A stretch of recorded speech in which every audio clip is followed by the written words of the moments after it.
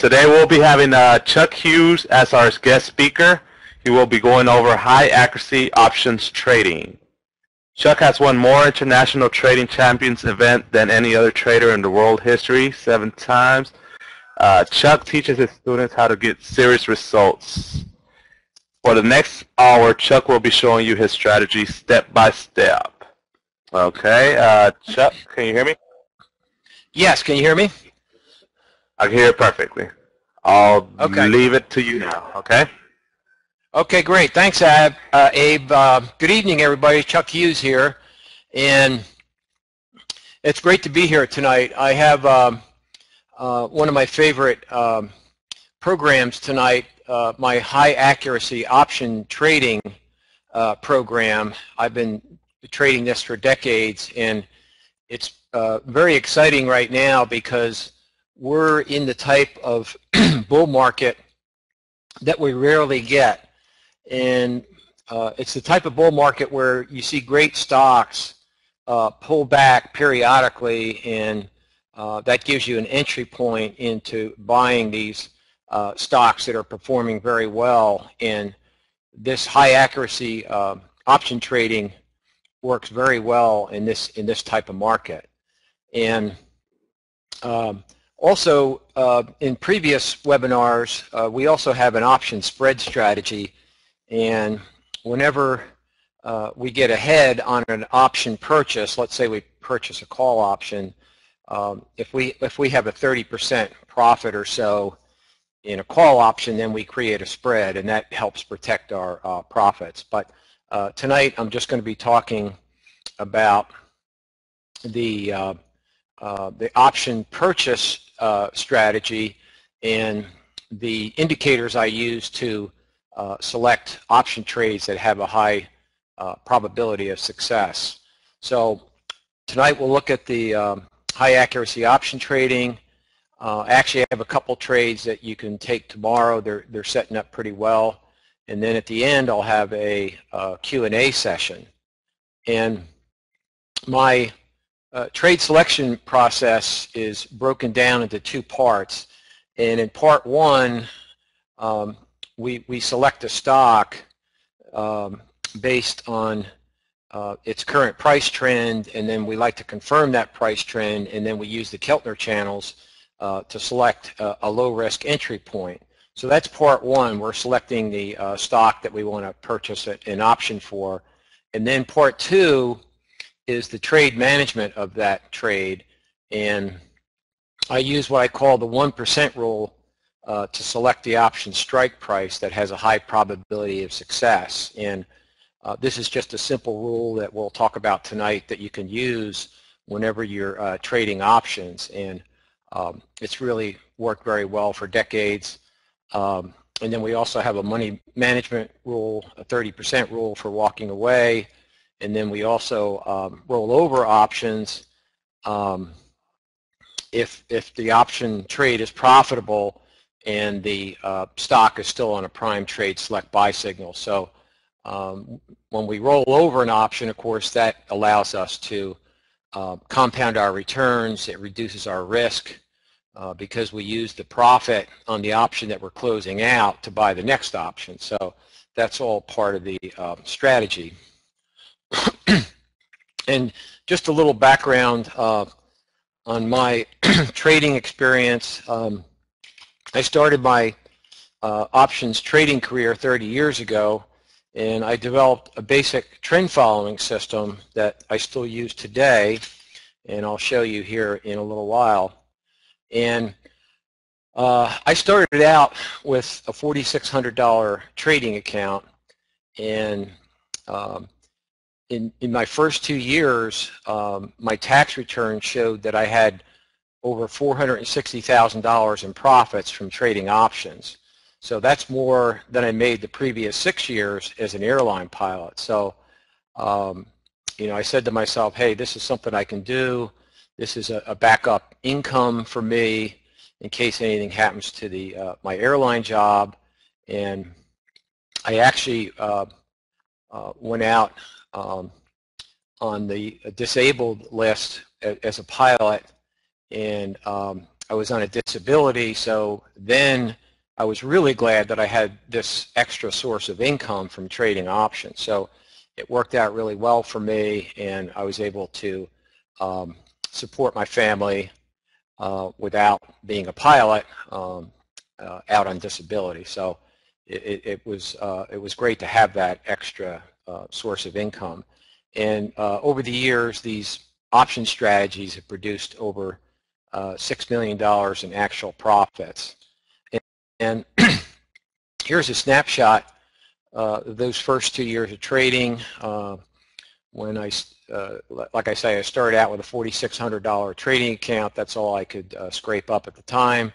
And within the first 2 years, I had $460,000 in profits. And these are just tax returns from those first 2 years of trading. I also won the World Trading Championship 7 times, and I have several second and third place finishes too. And the World Trading Championship is a real money contest, and the results are audited before they're posted on the sponsor's website. Year to date, I have 140% real-time return in my contest account, and that's putting me in second place the last time I checked. So I have an actual 140% return this year trading these option strategies. And I'm going to show you quickly at the end of the presentation my brokerage account statements, and they show that I have over $3 million in profits using this high accuracy option trading strategy that I use to purchase options. And I just wanted to give you this background. I'm not trying to brag, but I just wanted to give you a background and show you that these strategies that we're going to look at have a long history of profitability. So let's look at part one of the high accuracy option trading, and that's selecting the trade. And step one is we want to determine the price trend of the stock using the 50 and 100-day EMA system. And then step two is we want to confirm the price trend using on-balance volume in the new 52-week high list. And step three is we want to select a low-risk entry point using the Keltner channels. And then once we select a trade, we use the 1% rule to select the strike price. We put a money management stop in place, and then we roll over the trade if it's been successful. And I currently have over $1.2 million in open trade profits in my 2 option accounts. I have 2 different types of retirement plans, so I have two trading accounts, and my retirement plans now have a $1.2 million open trade profit, and my average return is 174%. So let's talk about the risks involved in general with trading options. Options, of course, are more leveraged than stocks than if you purchased a stock. So with this leverage, options can give you a greater return, but of course they also incur more risk. And here's a option chain for Home Depot stock, and at the time Home Depot was trading at 77.73, and the at the money call at that time would have been the 77.5 call, and that had 67 days to expiration. So this is a little over 2 months. So if you were to buy that at the money call, you would have paid $320 bid to $330 ask. And let's take a look at the risk profile for purchasing an option. And what I'm showing here is my call option purchase calculator, and you can see this calculation is for Home Depot stock trading at 77.73. The 77.5 strike call was trading at 325. So if we input that into the call option purchase calculator, it will calculate the profit potential for this trade, assuming various price changes in Home Depot stock at option expiration, in this example from a 10% increase in price to a 20% decline in price. So we can see that if Home Depot stock is flat at option expiration, that we'll have a 92% loss, and then if it's down, we'll have a 100% loss. So that's what you're up against when you purchase options. You're always risking 100% of your capital on the option premium that you just purchased. So you always want to keep that in mind. And the goal of the high accuracy option is to avoid these big types of losses when you're trading options, and I'll show you how we do that. And by the way, Home Depot did close below this strike price, so this option resulted in if you had purchased it on that date, you would have incurred 100% loss on this trade. So option trades can easily result in 100% loss, and if your timing is off, then you could easily incur 100% loss. So the goal of the high accuracy option trading is to avoid these large losses, which can knock you out of the game. This is a daily price chart of the VIX, which is the fear index, and you can see each one of these spikes in the VIX is a market sell-off. So you can see we've had a lot of sell-offs over the past year or two, and if you're buying options and you hit these sell-offs and your timing is off, then that can easily result in 100% loss. So this is what we're up against, and this is what we want to we want to develop a low-risk way to trade options and still get a good return. Okay, so if Prime Trade Select is on a buy signal, then we purchase call options, and if Prime Trade Select is on a sell signal, then we purchase put options. So it works both ways. We use it to select bearish trades, and we also use it to select bullish trades. And I just wanted to mention that this trend following system that we use has done very well in bear markets, especially the last two bear markets in 2008 and 2001. We were heavily short markets, and we made a lot of money on the short side. So you always want to keep that in mind. You want to be trading a system that works both ways, and that you want to be able to profit during a bear market. Okay, so step one is we use the EMA trend following system to determine the price trend, and the goal of trend following is to quantitatively measure the buying and selling pressure of a stock, and that allows us to follow the trend instead of trying to predict what the trend will be. So that's a very important advantage to following a system. You don't try to predict where a stock's going to go, and instead you simply follow the trend. So I like to use a system instead of emotional decision making, and I've been using trend following successfully for many years.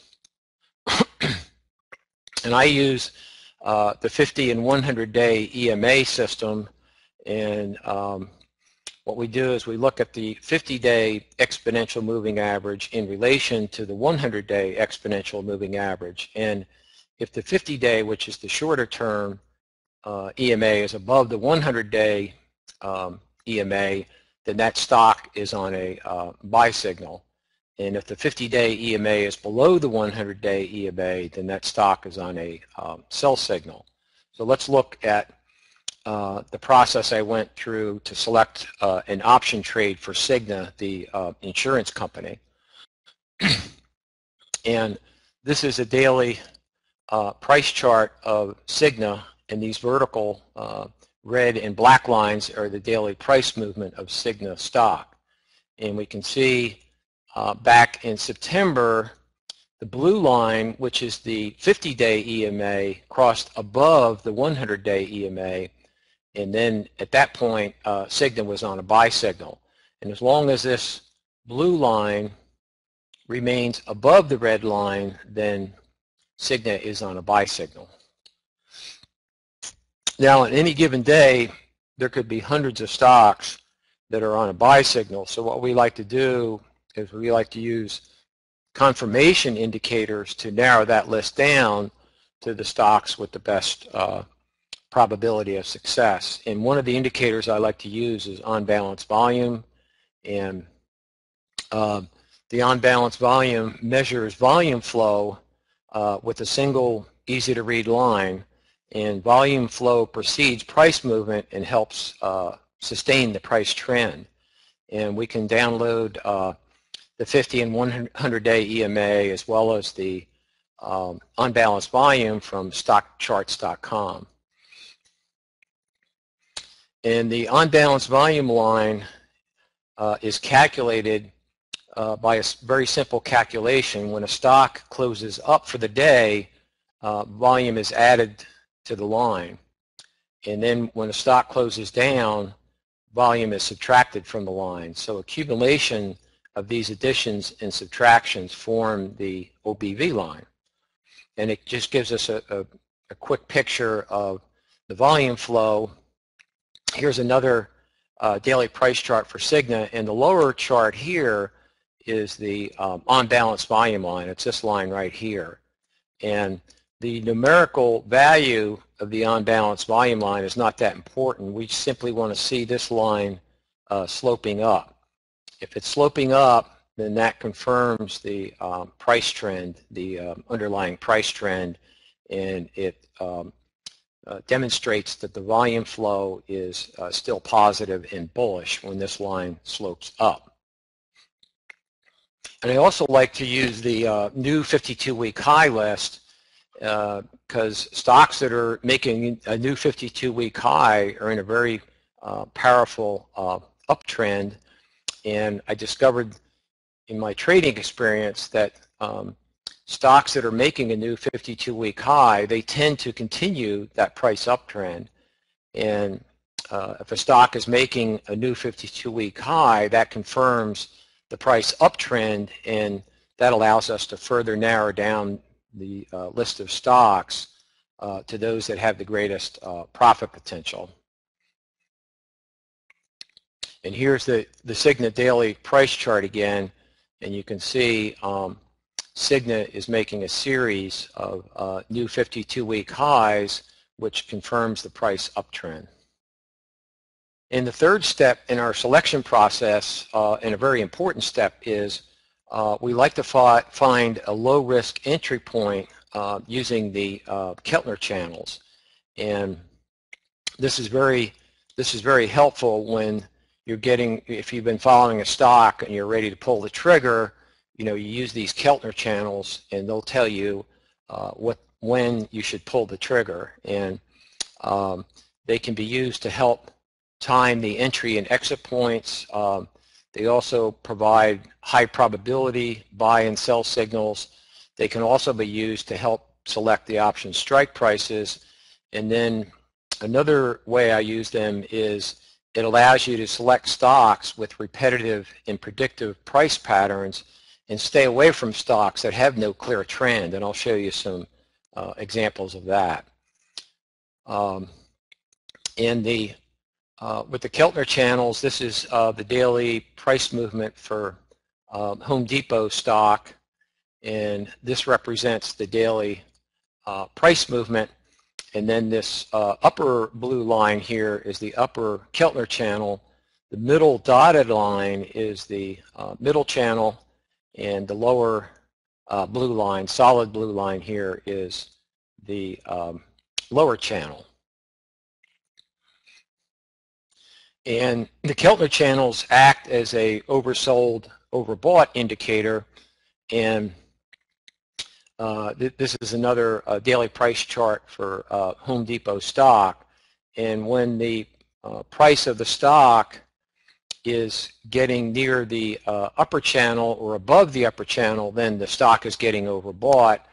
And when the stock price drops below the middle channel and gets down towards the lower channel, then the stock is oversold. So the idea is you don't want to buy when the stock's trading up near this upper channel here. You want to buy when it's at the middle channel or the lower channel to get a low risk entry, because you're buying when the stock is oversold and the odds are that the stock will rally from that point. So we can see with Home Depot, it became overbought right here, actually above the upper channel, sold off, became overbought again, sold off, and then when it sold off, it rallied, became overbought, sold off, rallied. So you can see that these bands, the channels allow you to buy a stock when it's oversold. And I'll show you some examples of that. Here's our daily price chart again for Cigna with the Keltner channels overlaid the daily price chart. And again, we have this, the upper channel, the middle channel is the dotted line, and the lower channel. So we can tell just looking at this price chart for Cigna that it's been on a tear. So the question is, if you don't own Cigna or you want to buy a call option, where do you jump in? It's already had a huge move, and you want to participate in this move, but you don't want to buy it and then get stopped out of your position. So I use the Keltner channels to help me time my entries, and we can see right here in the beginning of June, the Keltner channel retraced towards this, the daily price chart retraced towards this lower Keltner channel, and at that point I pulled the trigger. This was on June 3rd. I bought the Cigna 50 strike call, which was right here when it was near that lower channel, and you can see that it didn't retrace after that. So that allowed a low risk entry for my option trade, and when you get a low risk entry, of course, you have less of a chance of getting stopped out of your position. Here's another example. This is for Caterpillar. We can see, again, Caterpillar made a big move. You want to participate in the move, but you want to get a low risk entry. So I waited till it retraced towards the this lower channel. So in May 21st, I bought the 70 strike call. Here's another example. This is for Wells Fargo. Again, I waited till the price traded down towards the middle and lower channel, and then pulled the trigger. And then again, there was no retracement after I purchased. So that's the goal of using these Keltner channels. You don't want much of a retracement after you take your position, and that way you have less chance of getting stopped out and a higher probability that the trade is going to work out. So here's another one. This is for the SSO, which is the leveraged S&P 500 fund. This was back in April 11th. I bought the 65 strike call when the SSO daily price got down towards this lower Keltner channel. You can see in each one of these that by using these Keltner channels, that I got a low risk entry, and the stock really didn't retrace very much from my entry point. So that's a big part of our high accuracy trading. And the other use for these Keltner channels is they give you the big picture for a stock, and you can tell instantly when you look at a price chart with these Keltner channels if you even want to be following a stock. And I like to just focus on the stocks that have very repetitive and predictive price patterns, and then I totally avoid the stocks that have no clear trend, because there's no point in trying to trade a stock that doesn't have a clear trend when you have so many stocks that are in a nice repetitive price pattern. So here's an example. This is a daily price chart for Marriott, the hotel chain, and we can see the price movement, very repetitive, very predictive. It gets overbought, sells off, rallies, sells off, rallies, sells off, rallies. So, very predictive type of pattern, and these are the kind of stocks that I like to trade. So you can tell instantly when you look at these Keltner channels whether you should even be looking at that stock as a potential purchase. And the lower chart here is the daily price chart for Vale, the iron ore company in Brazil, and we can see no clear trend with Vale, so there's no point in even trying to trade this unless you're a really short-term trader. There's no point in trying to trade this when you can trade something that has a very repetitive price pattern. Here's another example. This is the top chart is for Cheniere Energy, and I've been buying Cheniere all the way up, and again, it's the kind of stock I like to focus on, and we've done really well with Cheniere this year, and as opposed to Peabody Energy Corporation, again, no clear trend with this stock, so there's no point in even trying to trade that when you could trade something like Cheniere. So that's another valuable use of these Keltner channels. Here's another example, United Rentals versus Mosaic. So it makes your job much easier when you just try to focus on these stocks that have very predictive price patterns. So let's look at a couple trades that just came up. You can take a look at these and start following these. The first one is Apple. It sold off the last couple days. We can see it's in a strong price uptrend. It got above the upper Keltner channel. You knew it was coming down. So it sold off after it got overbought up here, and it's down. It sold off even more today, so it's getting closer towards that lower Keltner channel, and that could be a good entry point for Apple. Here's another one, Facebook, again, retraced down towards that middle Keltner channel, so that could be a good buy opportunity. This is Equinix, which is the company that is the cloud computing. They own the servers all around the world where the cloud computing is hosted. So Equinix, you can see in a strong price uptrend, and just retraced towards that middle Keltner channel. So there's another opportunity. So, okay, part one, we looked at the 3 steps we take to select the stock that we want to buy an option for, and then part 2 is the trade management part of that process, and we're going to take a look now at the 1% rule that we use to select an option strike price. And this has worked very well over the years. It's a very simple concept, but a very important concept when you're selecting an option strike price, because it makes a big difference on which option strike price you select. And once you go through those 3 steps that we just mentioned to select a trade, then you have to look at hundreds or even thousands of different strike prices to choose from depending on the stock. So selecting that strike price is just as important as the trade selection itself. And let's take a look at the option basics first. Option premiums consist of time value and intrinsic value, and options lose all time value at expiration.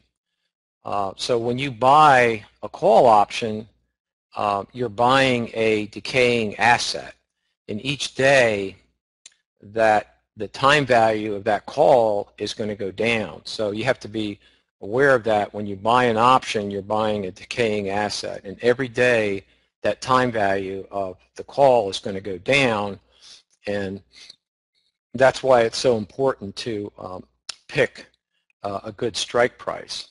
So due to the time decay characteristics of options, when we buy an option, we want to minimize the time value because that's decaying every day, and we want to maximize the intrinsic value that is not decaying. So that's the whole goal when you select an option strike price, is to minimize time value and maximize intrinsic value. So the way I do that, I have a simple rule of thumb, and I like to limit the time value portion of the option to less than 1% of the stock price per month, and that allows you to minimize the time value and maximize the intrinsic value. So let's look at an example. So if you purchase a 1-month option on a stock that's trading at 100, you want to limit the time value portion of that option to 1 point or less.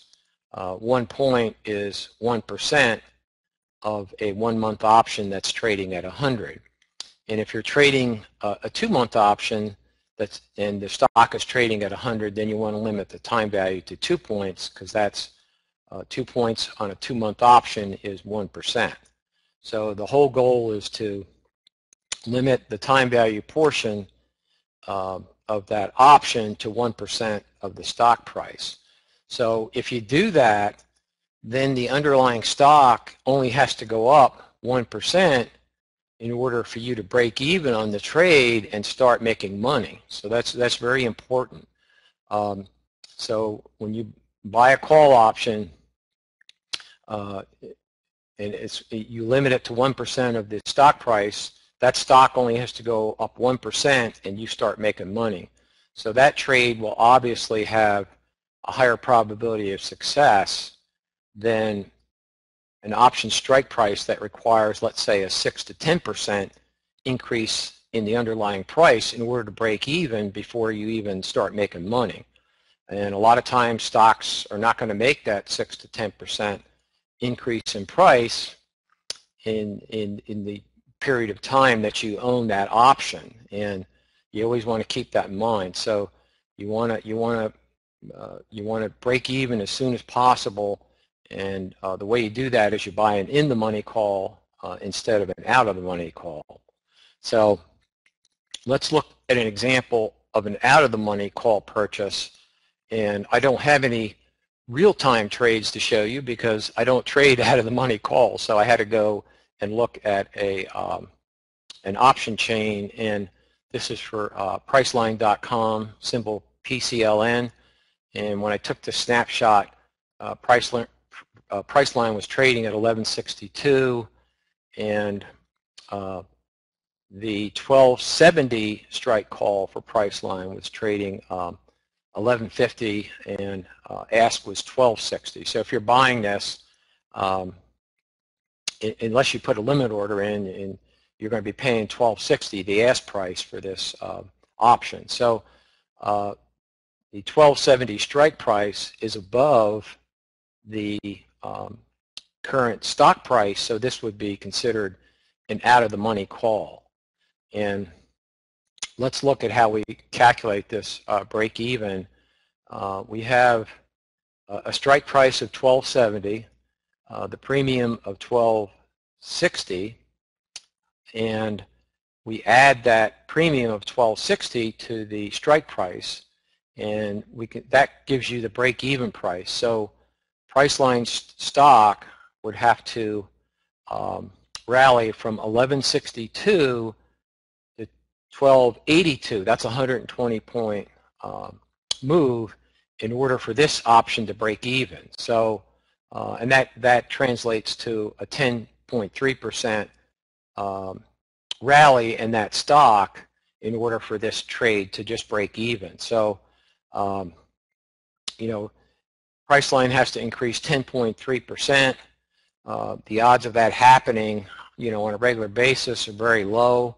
So you obviously don't want buy an out-of-the-money call, because the odds are overwhelming that you're just going to get stopped out and you're going to have 100% loss on this trade.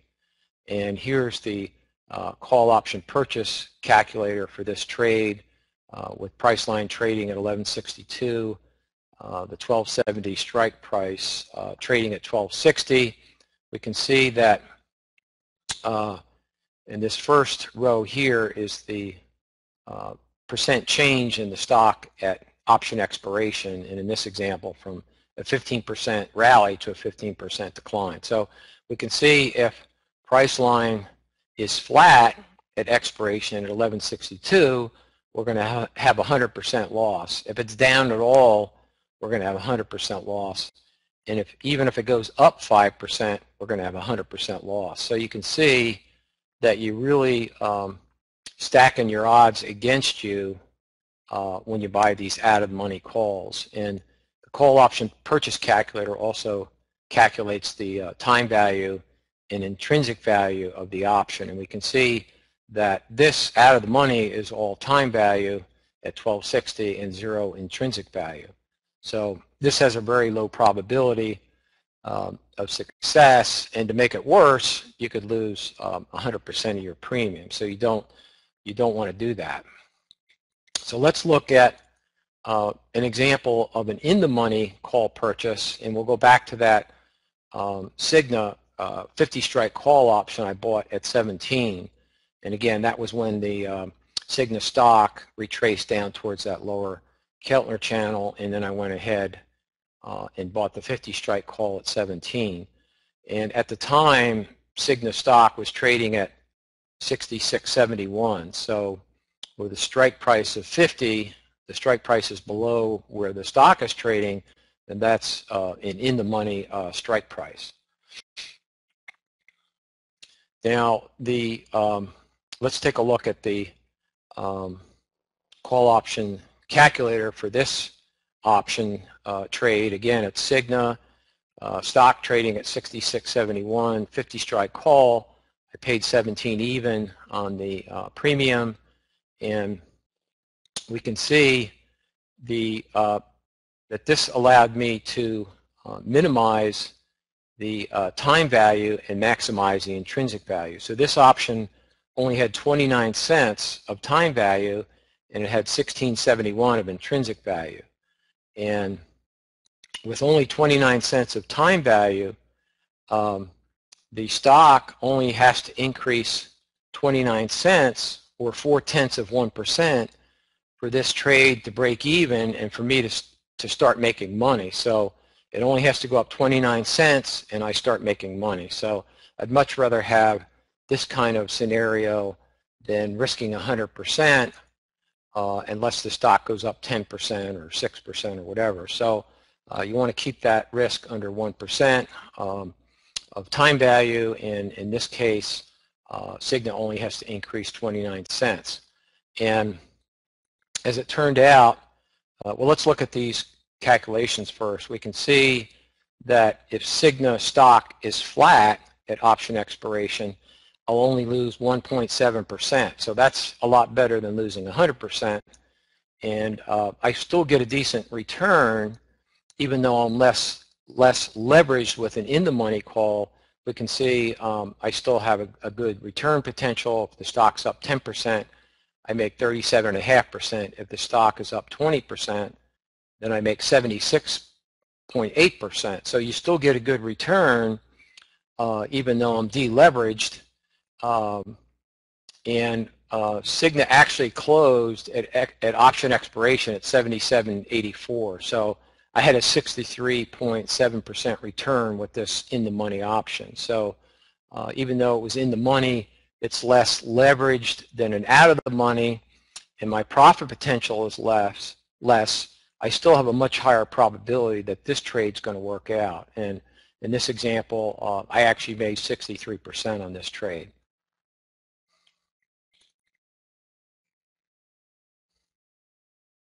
Okay, so again, the Cigna in-the-money call purchase, the stock only has to increase 0.4% to break even.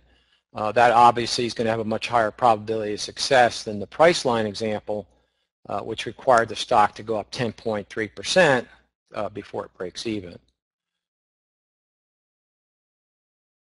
Okay, so that's the 1% rule. That's a pretty important rule, and I've been using this for many years. It's just a general rule of thumb, but it really keeps me out of trouble and avoids those large losses. And you know, if you get a few of those 100% losses, it's really hard to recover. If you buy an option and you close it out and you have a 50% loss, then on your next trade, you're going to have a 100% gain just to break even. So you don't want those large losing trades. You want to avoid those because you can really get behind the curve with these large losses, and they can be really hard to make up.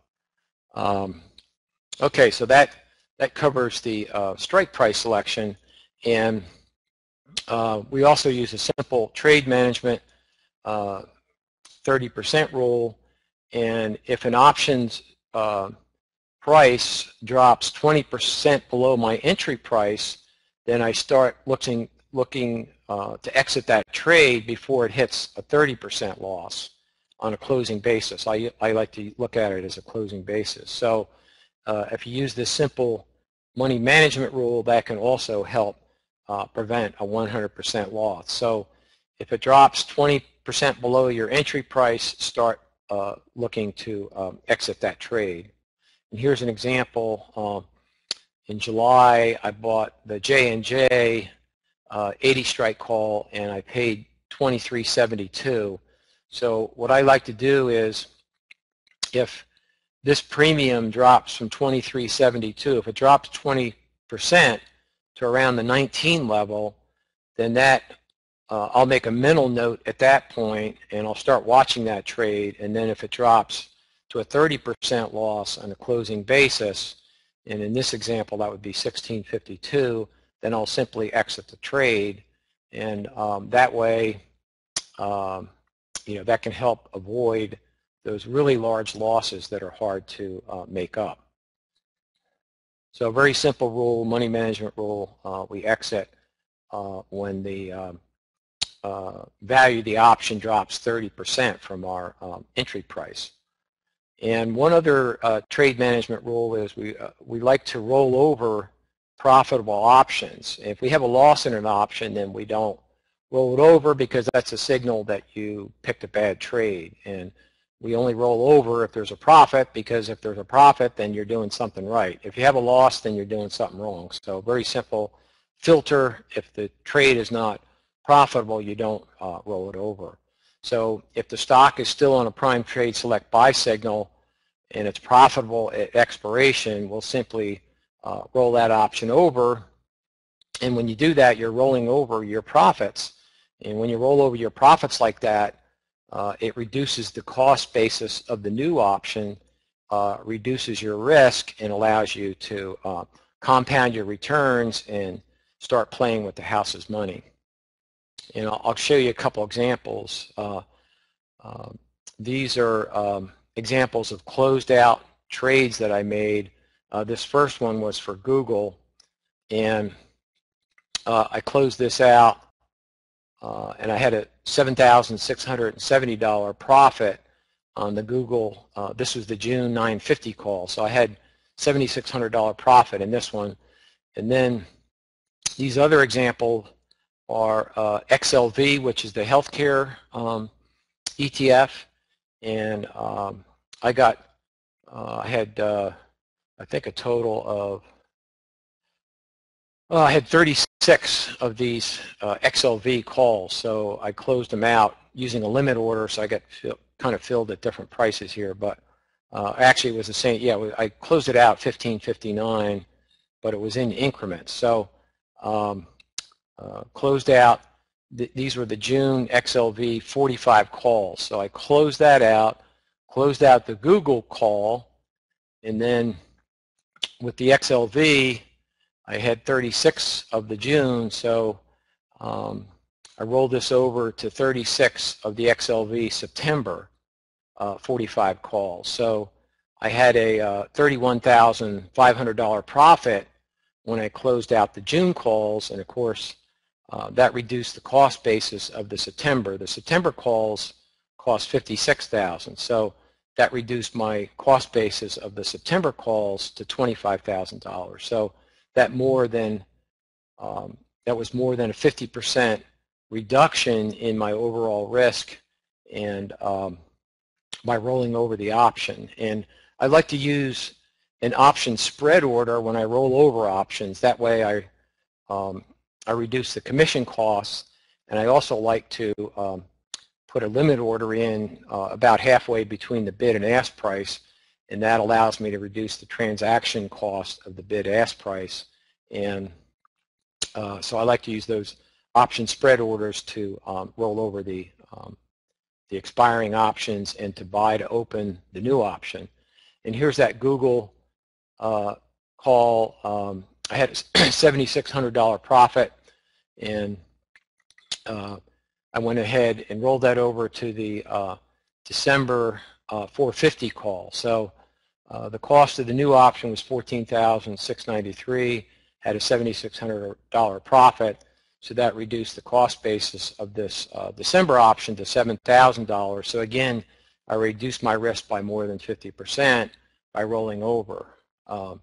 So let's just now look at some actual profit results using this high accuracy strategy, and we can see that currently in my two retirement accounts that I have over $1.2 million in open trade profits, and I have an average return of 174.5%. So here's my first retirement account snapshot, and these are the calls that I own, and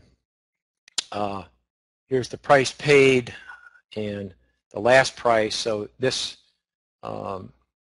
this calculates the dollar profit, and this first one is a $64,000 profit and 95% return. So this portfolio of call options, when I took the snapshot a couple days ago, I had $924,000 in open trade profits, and an average return of 174.4 for the call purchases. And that's my bigger retirement account. And here's my smaller retirement account, and in that one I had $296,000 open trade profits, average return of 174.6%. So these are my two retirement accounts where I have these options I purchased using the high accuracy trade selection program. And I'm also going to just take a quick look at, these are snapshots of, I like to look at different time periods for this high accuracy option trading. So these are just snapshots over the last 4 or 5 years, different time periods of my option portfolios, and these total up to $1.8 million in profits, average return 85%, and 183 wins, 17 losers, about 91% accuracy. So what I like to do is I'll just go through these quickly. This first snapshot, this was 2012. I had an average return of 198%. This next one, this is actually my trading contest. This was back in 2011, and this was the actual account that I have in the contest, and those of course are actual trades, and you have to open an account at the sponsor's website, and this is just a snapshot of my contest account, and at the time I had a 75% return on these options. Here's another snapshot. In this portfolio I had a $254,000 profit and average return of 114%. So I'll just go through these quickly. These are different time periods just to give you a feel for the profitability of this strategy. These two accounts had $341,000 in profits. So I'll just scroll through these quickly. And okay, so that ends my presentation, and I'm going to switch over now to the chat room, and I'll see if there's any questions here. Okay, here's a question from Andrea. The average return, is that a yearly return?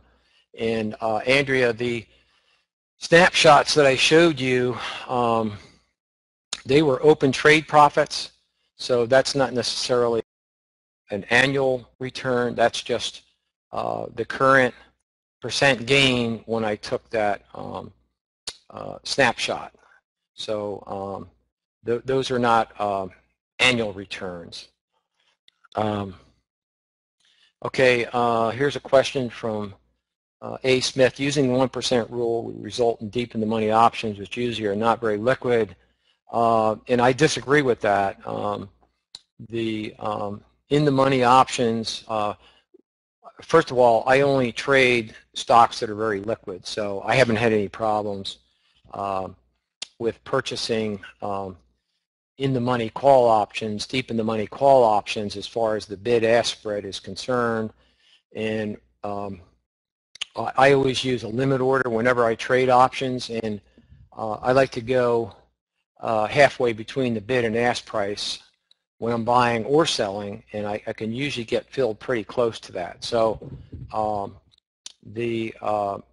haven't had any problems with liquidity with these deep in the money options. I've had there's no problems getting filled, and I'd never, when I'm buying, I never pay the ask price, and when I'm selling, I never pay the bid price, or I never receive the bid price because I use a limit order halfway between the bid and the ask. Here's a question from Jim. Do you trade weeklies? And yes, I trade weeklies, but my favorite weekly option strategy is the weekly covered calls. And what I do, Jim, is I trade weekly covered calls on the leveraged ETFs, which have a lot of premium. And for example, the TNA, which is the small cap leveraged ETF, the FAS, which is the financial leveraged ETF, and then the triple Qs, the TQQQ. And what I do is I'll own those ETFs. I'll keep them in my portfolio, and then each Friday I'll close out the expiring call and then sell to open the call for the next week. And I can get about a 1.5% premium each week, and I get to keep that 1.5% premium each week no matter what the stock does. So over the course of a year, you can easily get, if you're collecting 1.5% a week in time premium, you can easily get a 100% cash-on-cash return over the course of a year. So I've been doing that almost since the weekly options started trading. I started that in 2011. I started the weekly covered call. So that's how I trade the weekly options. I like to sell that premium, which is very rich for a weekly option. Like I say, I can get anywhere from 1.5% to 2% a week, depending on the ETF in premium that I get to keep no matter what, and that's a great strategy. Okay, what are your settings, values of the Keltner envelope? This is from Bill. And Bill, I simply use the default parameters on stockcharts.com, and I forget the exact numbers, but I just use the default parameters for the that's on the stockcharts.com, and I think that's pretty common. No matter which platform or which website you're looking at, there's a standard parameters for those Keltner channels. I believe it's the middle channel is the 20-day moving average, and then the upper and lower channels are the 10-day average true range drawn from an equal distance from the middle channel to form the upper, and then equidistance below the middle channel to form the lower channel. So a very simple indicator, but it's very useful. Here's a question from Meta. Do you trade puts on stocks going down? And we don't have any, to answer the question, we don't have any put options right now because we're in a strong bull market, but there's been periods of time where we had only short positions and we only had puts, and we used these trade indicators to select bearish trades as well as bullish trades. And as I mentioned in the beginning, we were heavily short in 2008 and in 2001, and we made even more money than you'd make in a typical bull market. So the bear markets have been very profitable for us using these indicators, and we're always having the back of our mind that, you know, if we enter a bear market, then we have to start transitioning from bullish trades to bearish trades. And I also mentioned that when we get a profit in a call option, we normally will create a spread. We either, if we have a profit in a call option, we'll either sell a call option or buy a put option to protect that profit. And a lot of times, if I have, let's say, 4 Apple calls, I'll sell 2 calls and then I'll buy 2 puts and create a spread to help protect the profits. And then in a bearish market, in the 2008 bear market, we did the same thing. We bought put options, we had a profit on them, and then we created a bearish spread, and it worked out really well for us. So we were very profitable during the last 2 severe bear markets. And here's a question from Eva. Where do you get the option calculators? I have a total, I think it's 7 calculators, and they're available to members of my advisory service. And I wanted to mention one other thing. I have what's called the Cash Cow newsletter, and in this Cash Cow newsletter, I give weekly trade recommendations, and we use a combination of option purchase strategy, the call option spread strategies, and that's worked out very well for us. The newsletter has had a lot of really good winning trades, and we also give education with that. And I'm not able to display that Cash Cow. I'm not able to display that Cash Cow link, but it's, I believe it's 3 months for $97, and each week we put out a newsletter. My son Ryan helps me with it, and we come up with trade selections based on the current market conditions, and we will have a combination of option purchase recommendations and different types of spread trades depending on the market conditions. So that's a good way to take a look at my strategies at a low cost and get a feel for how we trade and the logic behind the various strategies.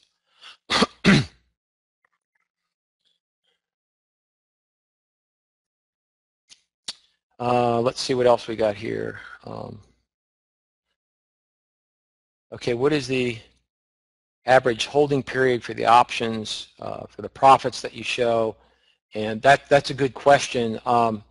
The average holding period, that's going to vary from something I just bought this week to probably the longest I've had for probably a year to a year and a half. So if I was to average it out, it's probably, the average holding period is probably 6 to 8 months. I'm a longer term trader. That just works better for me, and it's less stress, you know, being longer term. So I tend to,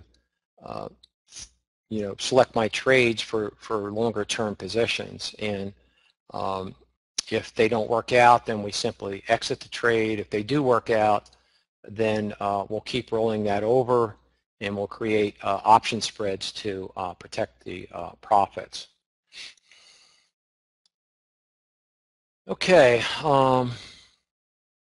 Is there a minimum volume for the stock before you select the option? That's a good question. I only trade stocks that are really liquid, and almost all the time, it'll have at least 1 million shares daily volume, and we tend to trade the more liquid stocks, so the liquidity is not a problem with the trade recommendations.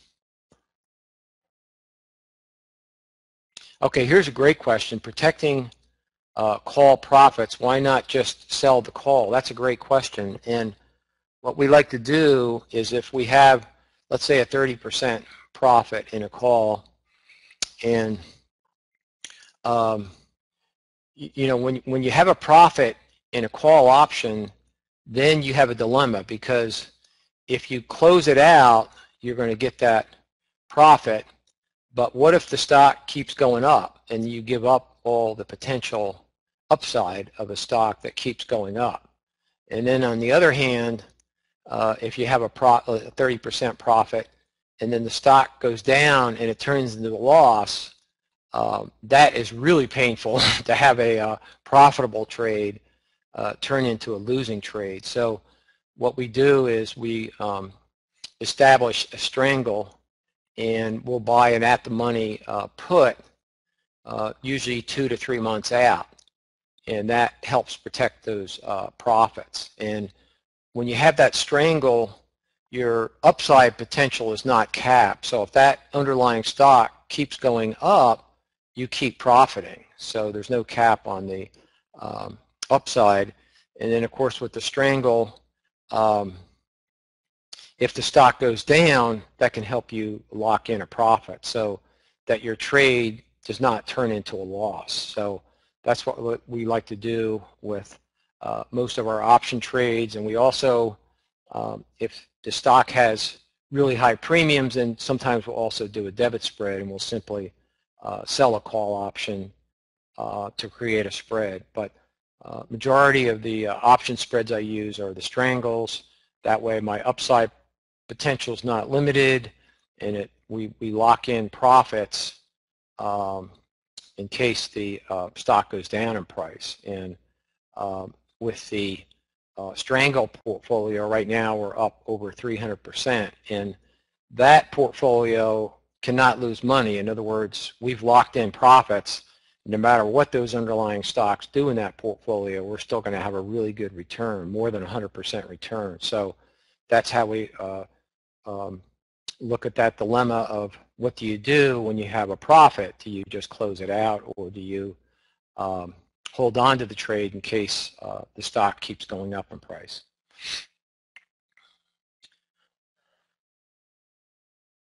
Okay, how much is it per month? The Cash Cow newsletter is, I believe, $97 for 3 months. And here's a question from Eva. Does it work in smaller accounts? Yes. Typically, the trade recommendations we make with the spreads usually cost anywhere from $400 to maybe $800. And the option purchase, of course, that's going to depend on the stock price. But yes, you can trade this in smaller accounts with $5,000 or $10,000. Okay, how far out are the calls? That's another good question. In the Cash Cow newsletter, we focus mostly on short-term trading. We have weekly option recommendations, and then usually we may go out a month, but we anywhere from a week to a month to 6 weeks with the Cash Cow newsletter.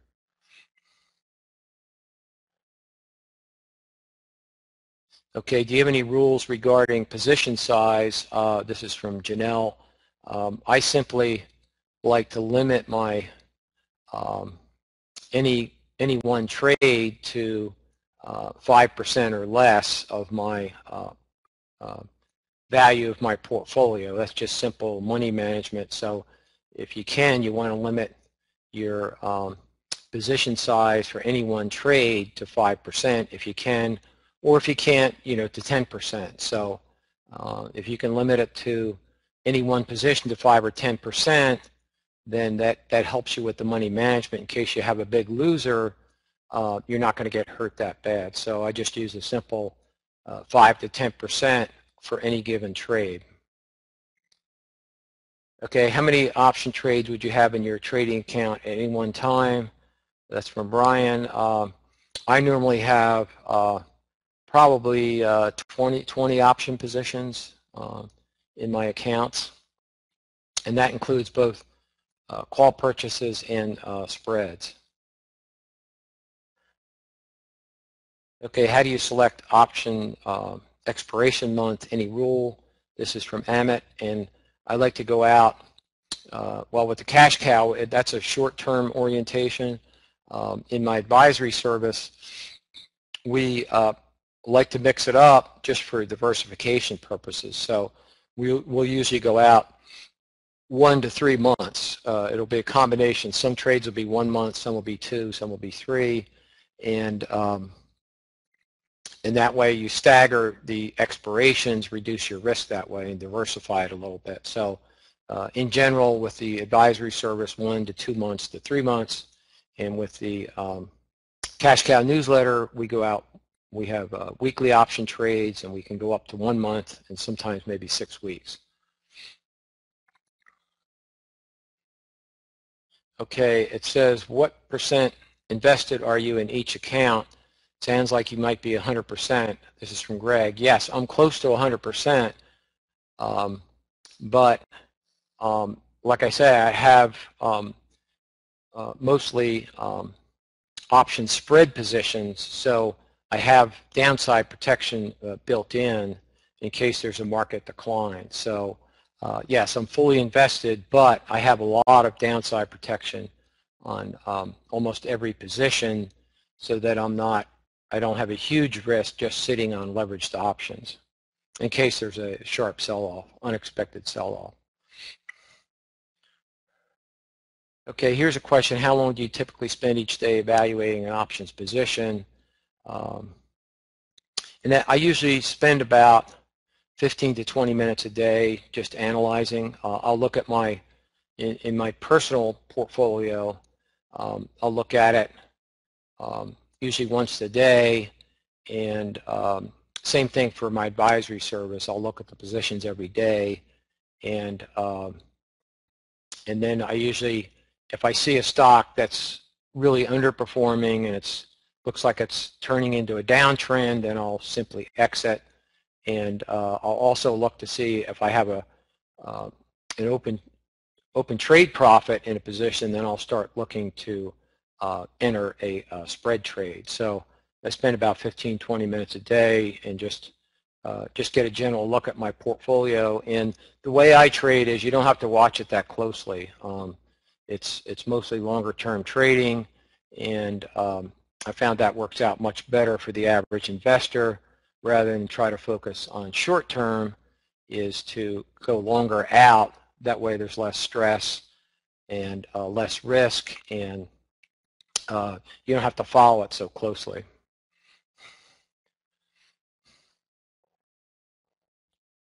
Okay, here's a question from Joseph. Isn't a 1% stock move a somewhat large expectation for a 1 week option? Yes, it would be for a 1 week option, but when I use that 1% rule, I'm talking about monthly options. I'm not talking about weekly options. And we trade monthly options using that 1% rule. And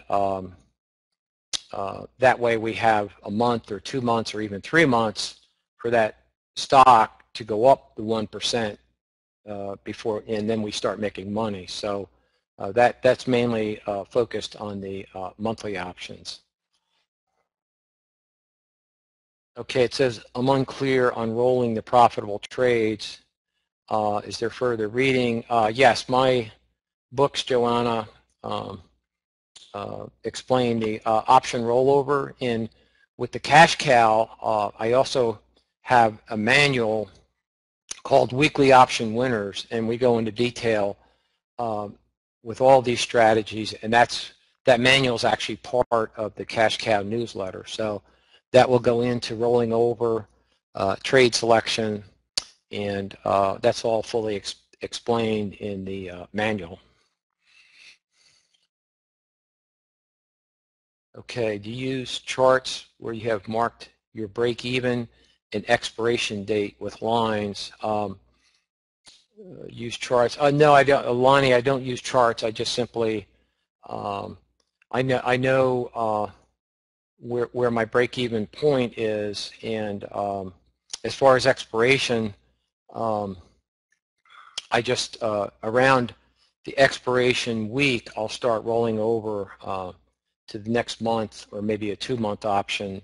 That week of expiration, I start to look to start rolling over the expiring options.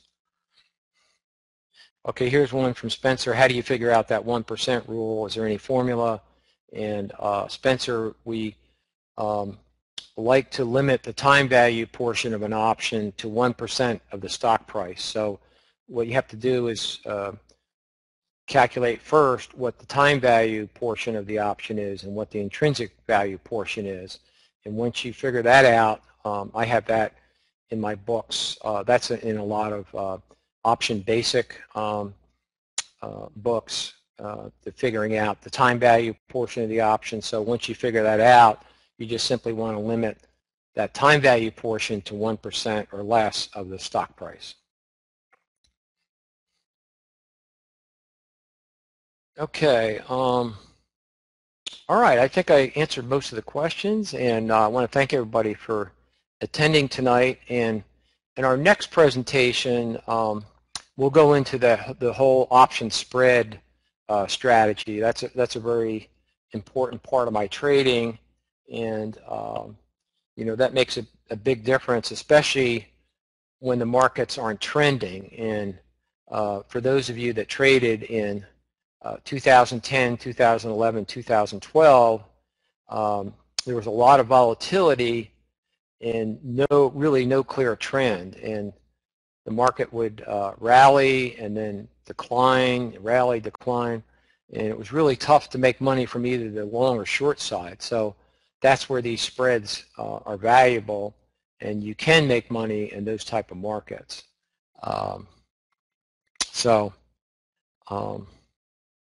Okay, I think that's it, and I want to thank everybody for attending. And like I say, the next time we'll go into these spread strategies in details, because that's a really important part of the big picture. Okay, so good night, everybody, and we'll see you next time.